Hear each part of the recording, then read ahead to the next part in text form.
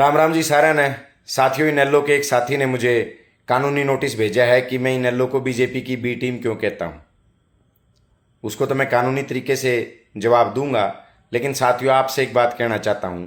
जननायक चौधरी देवीलाल जी से लेकर के इनकी जेजेपी की चौथी पीढ़ी, आईएनएलडी की चौथी पीढ़ी का इतिहास रहा है बीजेपी के साथ सरकार बनाने का। और साथियों, आज पढ़े लिखे नौजवानों को, इस हरियाणा प्रदेश के लोगों को मैं बताना चाहता हूं, अंधभक्तों के लिए तो कोई वैक्सीन नहीं बनी, लेकिन पढ़े लिखे नौजवान भाइयों से कुछ चीज़ें साझा करना चाहता हूं। साथियों, 2025 में इन्होंने घोषणा की कि हम जननायक चौधरी देवीलाल जी का सम्मान दिवस समारोह रोहतक में मनाएंगे और बीजेपी को वहां से उखाड़ने का काम करेंगे, बदलाव की शुरुआत करेंगे।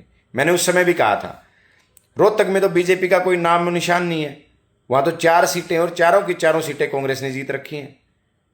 ये बीजेपी को कहां से उखाड़ेंगे जहां उनका कोई नामो निशान नहीं है।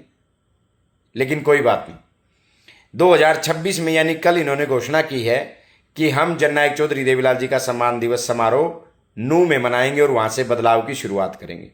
अब नू में भी 3 विधानसभा की सीटें हैं और तीनों की तीनों कांग्रेस जीती हुई है, वहां भी बीजेपी का कोई नामो निशान नहीं है। तो ये किसको उखाड़ने की बात कर रहे हैं? साथियों, ये लोग जिनकी सुबह कांग्रेस की बुराई से शुरू होती है और कांग्रेस की बुराई पे इनकी शाम डल जाती है, ये लोग जहां कांग्रेस की जड़ें मजबूत हैं वहां जाकर के कांग्रेस की बुराई करके कांग्रेस को नुकसान पहुंचाना चाहते हैं और बीजेपी को इनडायरेक्ट फायदा पहुंचाना चाहते हैं। इसके अलावा साथियों, दूसरा उदाहरण भी आपको देता हूं। गुलाचिका से कांग्रेस के विधायक हैं देवेंद्र हंस जी, उन्होंने एक अधिकारी को झुंझ ना पकड़ाया भ्रष्टाचार के मुद्दे के ऊपर, तो बीजेपी ने उनके ऊपर मुकदमा दर्ज कर दिया। और इनेलो के एक विधायक ने रोहतक में एसपी को, डीसी को और बाकी अधिकारियों को मां बहन की गालियां तक दी, उनके ऊपर कोई कार्रवाई नहीं हुई। क्यों? क्योंकि इनको बीजेपी ने खुली छूट दे रखी है कि आप जिसको मर्जी गालियां दो, जिसको मर्जी अपमानित करो, आपको खुली छूट है, आप कांग्रेस के वोटों में सेंधमारी करने का काम करो। ये हालात इनके आज साथियों हैं। और साथियों, गोपाल कांडा जी की बात सुन लीजिए। ये हमारे जैसे आम घरों के बच्चों से तो बीजेपी मुर्दाबाद के नारे लगवाते हैं और अपने बेटों को, अपने भाइयों के, अपने भतीजों की सेटिंग बीजेपी में करवाते हैं। चाहे गोपाल कांडा जी से पूछ लो, उन्होंने स्पष्ट बताई है ये बात। तो साथियों, मैं तो केवल एक बात कहूंगा, जिन लोगों की सुबह, जिन लोगों की शाम कांग्रेस विरोध में होती है, और आजकल इन्होंने मुझे निशाने पर रखा हुआ है और इनकी मैं पीड़ा समझता हूं। ये सोचते थे कि जस्सी पेटवाड़ इनकी दरी बिछाएगा, इनकी दरी बिछाने के लिए पैदा हुआ है। और नारनौंद के लोगों ने, कांग्रेस पार्टी ने मुझे टिकट दिया, नारनौंद के लोगों ने मुझे विधानसभा भेज दिया, तो इनको सहन कैसे होगा? अतीत भी ऐसा ही रहा है।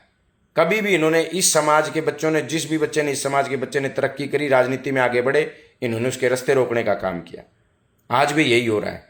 लेकिन मैं, जो कुछ पढ़े लिखे भाई, जो कुछ साथी, जो कोई हमारे आदरणीय नेता इस पार्टी में बचे, उनसे एक ही बात कहना चाहूँगा, भाइयों, अगर हरियाणा के भविष्य को बचाना है, अगर देश को बचाना है और बीजेपी को हटाना है, तो ये लोग तो बीजेपी के फायदे के लिए काम करते हैं। आपको कांग्रेस के मंच पे आना होगा, जहां आपके काम को सम्मान मिलेगा, आपके काम को पहचान मिलेगी और इस देश और प्रदेश का भविष्य कांग्रेस ही है और कांग्रेस ही बीजेपी का विकल्प है। इसलिए साथियों, इन ABCD टीमां न छोड़ के कांग्रेस के साथ जुड़ो और बीजेपी को इस प्रदेश और इस देश से हटाने का काम करो।